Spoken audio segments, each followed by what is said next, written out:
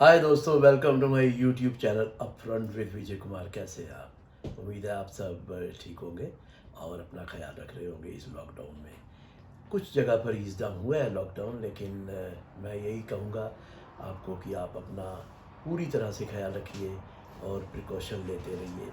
जैसे कि उन्होंने बोला है, गवर्नमेंट की गाइडलाइंस हैं, हाथ धोते रहिए और साथ में फिर अपना मास्क डालिए, सोशल डिस्टेंसिंग मत भूलिए।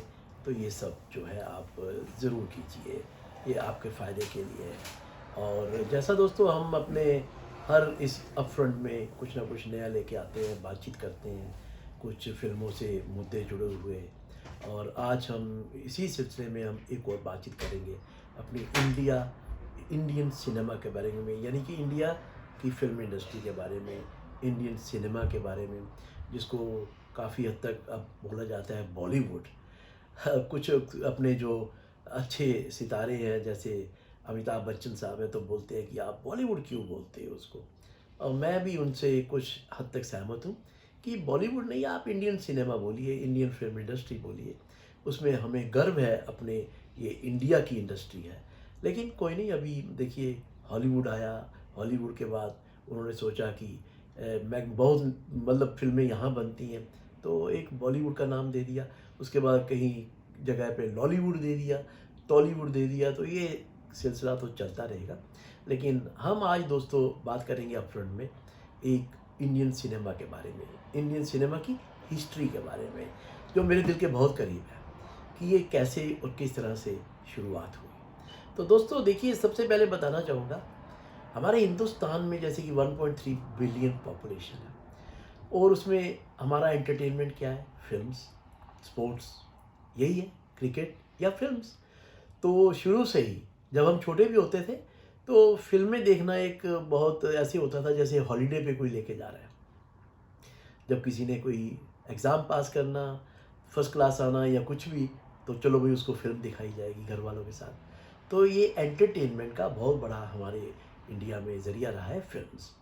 तो इंडियन सिनेमा देखिए, अभी जैसे कि 2017 का एक सर्वे कहता है कि इंडिया में हमारे 6,780 सिंगल स्क्रीन है और 2,100 मल्टीप्लेक्सेस, यानी कि जिसको आप बोलते हैं पीवीआर, जिसमें तीन तीन चार चार डिफरेंट थिएटर्स हैं और उसमें अलग अलग पिक्चरें दिखाई जाती हैं। प्रोड्यूस फिल्म्स जो हैं हमारी फिल्म में, 2018 का सर्वे कहता है दोस्तों कि 1813, यानी कि 1813 फिल्में प्रोड्यूस हुई। आप देखिए।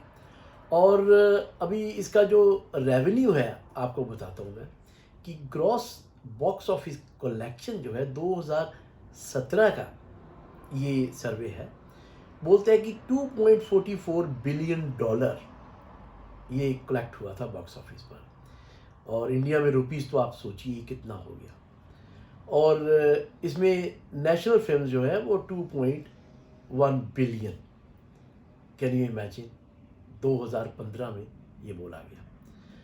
तो देखिए दोस्तों, अब इंडियन सिनेमा जो है कंसिस्ट ऑफ फिल्म्स, यानी कि जो फिल्में प्रोड्यूस होती हैं इंडिया में, वो इंडियन सिनेमा है। चाहे वो हमारे इंडियन रीजनल लैंग्वेज में हो, पंजाबी हो, बंगाली हो, मराठी हो, अपनी बंगला हो, या फिर भोजपुरी हो, उड़िया हो, ये सब लैंग्वेजेस में फिल्में जो है वो रीजनल को मिला के सब हमारी एक इंडियन सिनेमा जो है, इंडियन फिल्म इंडस्ट्री माना जाता है, जिसमें ये सब फिल्में प्रोड्यूस होती हैं और आप तक पहुंचती हैं। तो अभी देखिए कि 1600 फिल्में कम से कम हिंदुस्तान प्रोड्यूस करता है, जो एक अपने आप में बहुत बड़ा नंबर है। पूरे वर्ल्ड में मेरे ख्याल से इतनी फिल्म्स कोई प्रोड्यूस नहीं कर सकता, इवन हॉलीवुड भी इतनी फिल्म्स नहीं प्रोड्यूस करता। हाँ ठीक है, उनकी फिल्में टेक्निकली स्ट्रॉन्ग हैं, वो बजट बहुत बड़े हैं उनके, लेकिन अब हमारी फिल्मों में भी बजट दोस्तों कम नहीं। अभी देखो ये साहू फिल्म आई, टेक्निकली कितनी स्ट्रॉन्ग थी और मेरे ख्याल से 300 से ऊपर का बजट था। अपनी वो बाहुबली आई थी, कितनी अच्छी फिल्म थी। तो अभी टेक्निकल भी हम बहुत इम्प्रूव हो रहे हैं, लेकिन देखना ये है कि हमारी शुरुआत कैसे हुई दोस्तों। ये फिल्म कल्चर, ये फिल्म हिंदुस्तान में कैसे आई, ब्रिटिश एरा के ज़माने की ये फिल्में जो हैं हमारे हिंदुस्तान में कैसे पहुंची। तो आज मैं थोड़ा सा आपको थोड़ा पीछे लेके जाऊंगा दोस्तों। सबसे पहले तो मैं आपको बताना चाहता हूँ कि ये अपनी जो इंडियन फ़िल्म इंडस्ट्री है, इसमें कुछ लोग बोलते हैं कि ये जो आर्ट फ़िल्में हैं या कुछ कमर्शियल या मसाला फ़िल्में, तो उसका भी थोड़ा डिफ़रेंस बता दूँ आपको। ये जो आर्ट फ़िल्में हैं, ये एक्चुअली मेरे ख़्याल से तो फ़िल्म्स हैं। सभी की एक कहानी लिखी जाती है, स्क्रिप्ट बनाई जाती है, एक्टर्स होते हैं, वो काम करते हैं। लेकिन कुछ एक ये माना गया है कि ये आर्ट फ़िल्म है और ये कमर्शियल सक्सेस, यानी कि जिसका बॉक्स ऑफिस पर काफ़ी कलेक्शन है। जैसे कि मसलन तौर पे बताता हूँ आपको, आर्ट फ़िल्म में हमारे जैसे शबाना आज़मी, नसीरुद्दीन शाह, ओम पुरी, अमरीश पुरी जैसे अच्छे-अच्छे कलाकार हुए। डायरेक्टर श्याम बेनेगल, गोविंद निहलानी और अपने सत्यजीत रे साहब। और कमर्शियल में देखिए तो आर के फिल्म्स राज कपूर, नवकेतन फिल्म देवानंद साहब और शक्ति समांता। अपना उधर चले गए मनमोहन देसाई, प्रकाश मेहरा, जिन्होंने बहुत हिट फिल्में दी अमिताभ बच्चन के साथ, जैसे जंजीर हुई या और कितनी अनगिनत फिल्में हैं, अमर अकबर एंथनी हुई, सब हिट फिल्में। तो दोस्तों उनको कमर्शियल बोला जाता है क्योंकि वो एक तरह से स्पिन करती हैं, मनी स्पिनिंग फिल्म्स हैं, वो कमर्शियल है। लेकिन फिल्म्स तो फिल्म्स ही हैं दोस्तों, चाहे वो आर्ट फिल्म्स हो या कमर्शियल फिल्म्स हो। मेरे ख्याल से फिल्मों का एंटरटेनमेंट ज़रिया जो है वो तो हर फिल्म में है हमारे पास। तो अभी देखिए सबसे पहले जो सिनेमा इंडिया में आया वो कब आया और कैसे आया, तो आज हम उसका थोड़ा आपको बताते हैं, उस पर थोड़ी बातचीत करेंगे दोस्तों। तो हिस्ट्री ऑफ इंडियन सिनेमा, जो कि देखिए सबसे पहले जो Lumiere and Robert Paul pictures in London थे 1896 में, उन्होंने दोस्तों एक कमर्शियल सिनेमाटोग्राफी की और वो एक वर्ल्ड वाइड सेंसेशन बन गई। इतनी सेंसेशन बन गई कि उसकी आवाज़ दुनिया में हर जगह गूंजने लगी। और मिड 1986 में आप देखिए ल्यूमिरी एंड रॉबर्ट पॉल फिल्म्स, सबसे पहले उन्होंने एक बॉम्बे में 1890 और 1920 के बीच, ये साइलेंट इरा का दौर था, तो उन्होंने अपनी फिल्म जो है यहाँ पे लेके आए 1897 में। Film presentation by professor Stevenson, featured a stage show Calcutta में, जिसको अब कोलकाता कहते हैं। तो एक थिएटर था वहाँ पे इसको शो ऑर्गेनाइज किया गया और स्टीवनसन के साथ एनकरेजमेंट दी कैमरामैन हीरालाल, जो अपने हिंदुस्तान से थे और इंडियन फोटोग्राफर थे। तो उन्होंने कुछ ऐसे सीन पिक्चराइज किए, बहुत उनको अच्छा लगा। तो 1898 में उन्होंने फ्लावर ऑफ पर्शिया और द रेसलर्स 1899 में, जो वे HS भटवाजकर जो थे, उन्होंने एक रेसलिंग मैच को लाइव पिक्चराइज किया शिवाजी पार्क, यानी कि अपने हैंगिंग गार्डन में। तो फर्स्ट फिल्म आप कह सकते हैं जो शॉट इंडिया में हुई, वो एक सॉर्ट ऑफ डॉक्यूमेंट्री थी एक रेसलिंग मैच पर। तो ये तो हुई फर्स्ट इंडियन फिल्म। उसके बाद रिलीज हुई श्री पंडालेक, ये एक साइलेंट मूवी थी और एक मराठी फिल्म थी जिसको बनाया था दादा साहब थॉर्न ने। तो 18 मार्च 1912 में कॉर्पोरेशन सिनेमाटोग्राफ के अकॉर्डिंग इसको बनाया गया, रिलीज़ हुआ। और Pundalik was not the first Indian film because आप देखिए वो फोटोग्राफी की रिकॉर्डिंग ऑफ ए प्ले थी, फिल्म नहीं थी। तो वो एक स्टेज प्ले को रिकॉर्ड किया गया और उसको प्ले किया गया था, वो फिल्म नहीं कह सकते, लेकिन वो पहला एक उनका काम था इस दौरान, इस लाइन में, कि भाई लोगों तक ये चीज़ कैसे पहुँचे। और ब्रिटिश कैमरामैन एक दोबारा उधर आए जॉनसन के नाम पे, तो उन्होंने क्या किया, ये फिल्म को प्रोसेस किया लंदन में, तो उनको अच्छा लगा।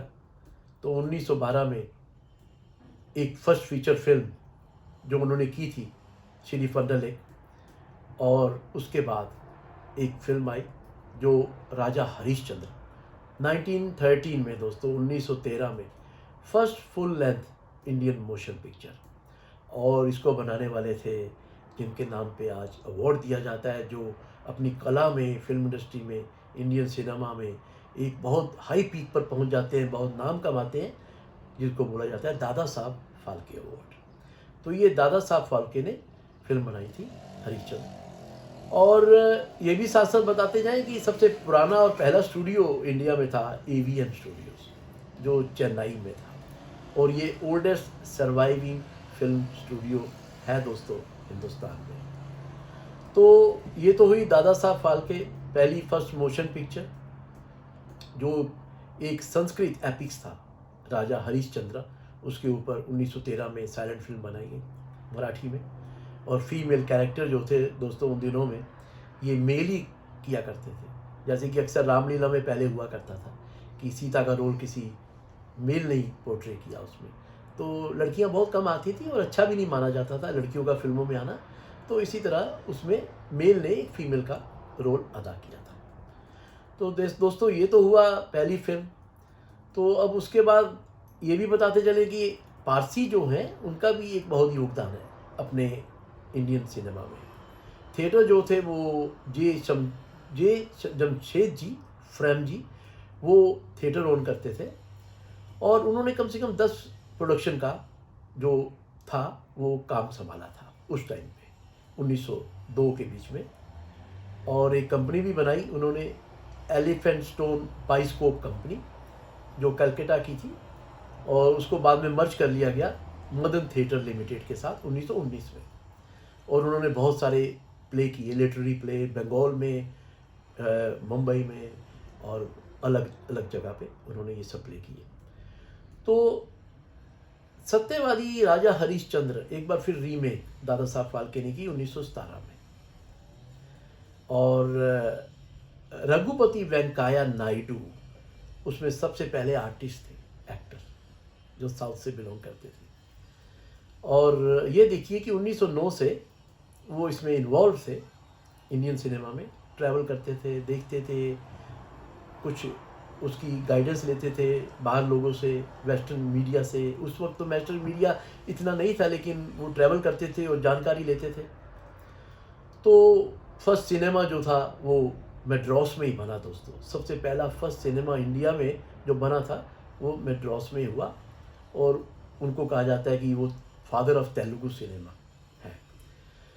तो दोस्तों ये तो था अपना साउथ इंडिया का एवीएम स्टूडियो आ गया। उसके बाद आगे बढ़ते हैं तो जो पहली टॉकी मूवी आई वो दोस्तों आई हमारी, जिसका नाम था आलम आरा, पहली टॉकी मूवी। तो ये आलम आरा जो थी ये बनाई थी आर्देशर ईरानी ने, और फर्स्ट इंडियन टॉकी 14 मार्च 1931 को। यानी कि अब आवाज़ आ गई फिल्मों में। पहले आवाज़ नहीं थी, साइलेंट थी, क्या दौड़ते आर्टिस्ट नज़र आते थे, लेकिन अब वो बोलते भी नज़र आएंगे। तो एक बहुत नई चीज़ आई अपने हिंदुस्तान में। और ईरानी जो जिन्होंने पहले ये साउंड मूवी प्रोड्यूस की, उन्होंने बाद में बहुत फिल्में प्रोड्यूस की दोस्तों।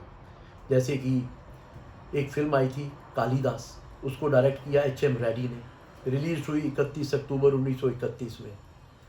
और उसके बाद Jamai Shasthi was the first Bengali talkie, जो चित्तौर वी नगाया, जो पहले मल्टी लिंगुअल फिल्म मेकर थे, actor, singer, composer, producer, director, सब उनका योगदान था उसमें दोस्तों। तो he was known as India's Paul Muni. जो अंग्रेज़ों के ज़माने में पॉल मूनी थे, उनको इंडिया का पॉल मूनी कहने जाने लगा, इतना उनका नाम हो गया। 1932 में फिर टॉलीवुड सिनेमा आया। टॉलीवुड यानी कि बंगाली फिल्म इंडस्ट्री। तो उसमें भी काफ़ी चीज़ें इंट्रोड्यूस हुई दोस्तों। तो अब हम आगे बढ़ते हैं।